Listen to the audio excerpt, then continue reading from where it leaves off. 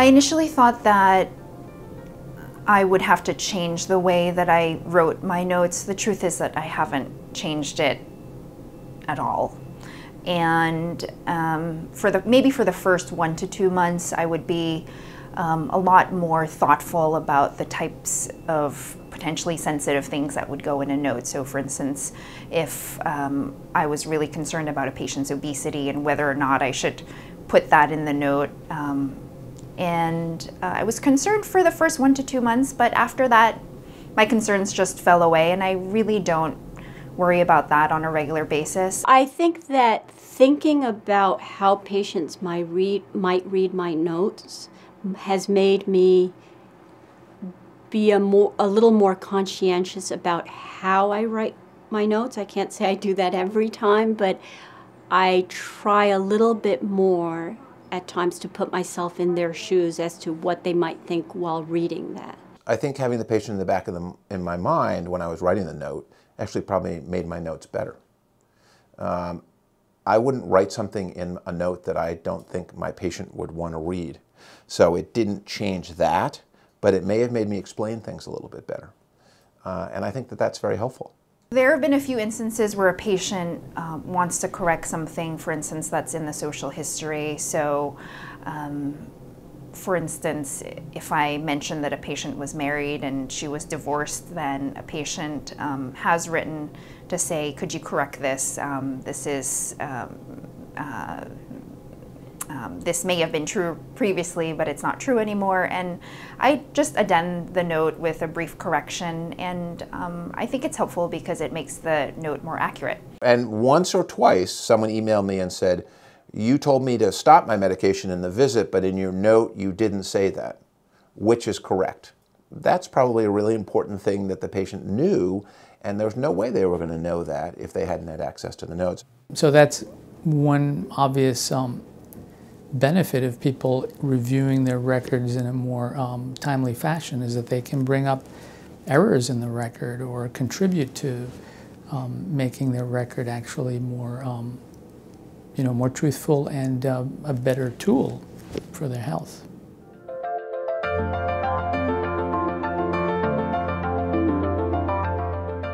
I kind of braced for it being a big deal, and it wasn't much of a big deal. And one of the things that we've discussed is, why isn't it? And I thought that I'd get a lot of patient contact about the notes, and I don't get that much communication about the notes. I get a fair amount of email from patients, but not a ton about what I wrote in my note. The primary misconception over the whole OpenNotes thing is that you'll be overwhelmed with comments from patients about your notes. That just didn't happen. We had 4 people in this practice who were part of the pilot, and all of us wondered whether the pilot was running because we had so few comments from patients. All of us asked after a month or 2, are our notes going out to patients? Because we're not hearing back from them. I initially was very concerned about signing on to it because I was worried that I'd be spending a lot of time correcting my notes and that many of my patients would have questions about what does this mean, and you need to correct this, and this is inaccurate. The truth is I haven't really spent that much time, and it hasn't really added a lot of work. It was surprisingly little extra work. And I don't see a downside. You know, it's their records, they have a right to them. We have the technology to make them more available to them. I think it's just the logical next step.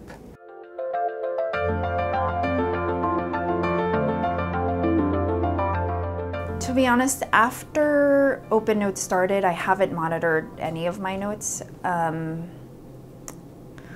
If it's a sensitive issue, I tend to discuss it with the patient during the visit, and I haven't blocked out certain parts of a patient's chart, so that they are not able to view it. It shouldn't be different from the conversation that we have in the office. And if that conversation was difficult, which sometimes it is, then the note will reflect some of that difficulty. I think that a lot of the psychological stuff that is subtext during a visit which we don't necessarily say out loud, we probably should be saying out loud. I'm worried that you look depressed. I'm worried that you are anxious about what I'm telling you, and it's going to upset you. You know, rather than thinking, maybe this will upset this person if I tell them that, so I won't tell them. I think the more we bring it out, the better we do. So if OpenNotes helps do that, that's probably a plus. I think that it tests our paternalism in a way. It, in some ways, I think that's mostly good.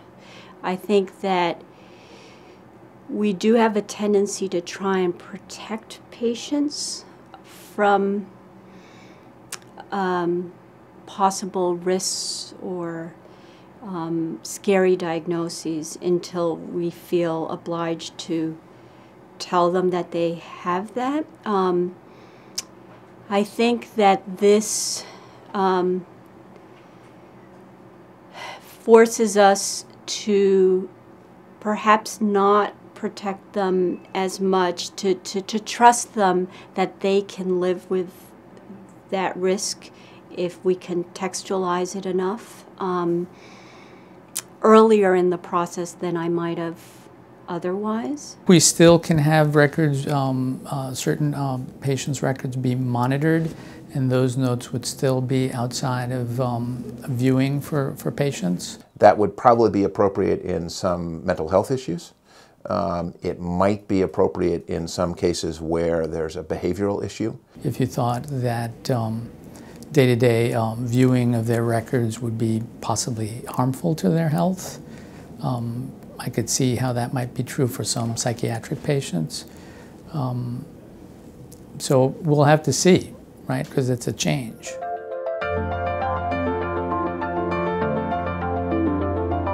I've been on Patientsite since I started working here as an attending 10 years ago. It's very useful, and the better the site gets, the better the experience is for patients and also for providers. You know, I think confidentiality is very important in healthcare, and particularly with medical records. My understanding is that the way this program has been developed and the way Patientsite's been developed, that it is HIPAA compliant and that there's encryption and protections. I think if you have a choice, you should always be using a secure site. So that if you use plain email, that email message goes through multiple computers before it gets to the patient or back to you. Multiple people, if they know how, could access and read it. And so it's not secure. One thing that Patientsite does well is that it takes away that insecurity of email. I still have a rare patient who doesn't like using the website and insists on using email, but I explain to them that I don't really think it's secure and I would prefer they use the portal.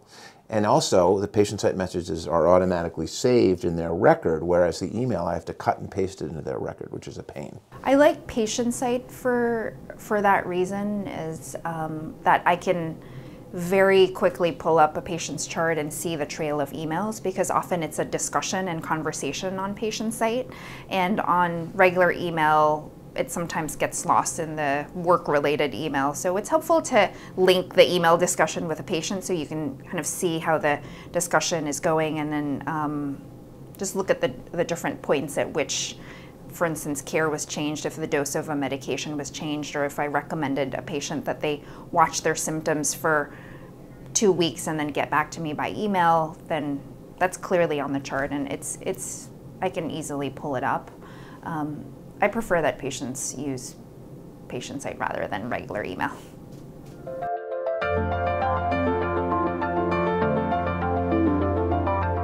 Perhaps we overestimate the importance of the patient visit alone. Obviously, the vast majority of people's time is spent not in the office visit, and this is a powerful tool. There's something about seeing something in writing that I think may be very powerful to amplify and reinforce a plan or a priority. This is a clear step towards, this is about you, this is what we're doing, this is why it's important, and it just brings the patient into that whole discussion just a little bit more. Trust goes up dramatically with OpenNotes. Very often I had patients say, I'm glad I saw this because now I know there was nothing that I wasn't being told. I think with chronic illnesses, it might engage them in a way that reinforces the way we're trying to share decision-making and share responsibility about how to make things better for them and their health. So I can see many positives. You'll be surprised that it's not, you know, a daunting change. I think if the discussions that you're having in the office with patients are reflected in your notes, then you won't get too many surprises. Patients will read what you've already talked about, and if they didn't completely understand, if there's things that they want to change or clarify, I think in the end it's going to help the doctor or provider-patient relationship. It's the Roosevelt thing. We have nothing to fear but fear itself. This is not will not have a negative impact on your practice. Your patients will love it. You will barely know what's happening, and it probably will improve the compliance of your patients and might even improve their health. It's a great innovation, which is almost completely invisible to the doctor.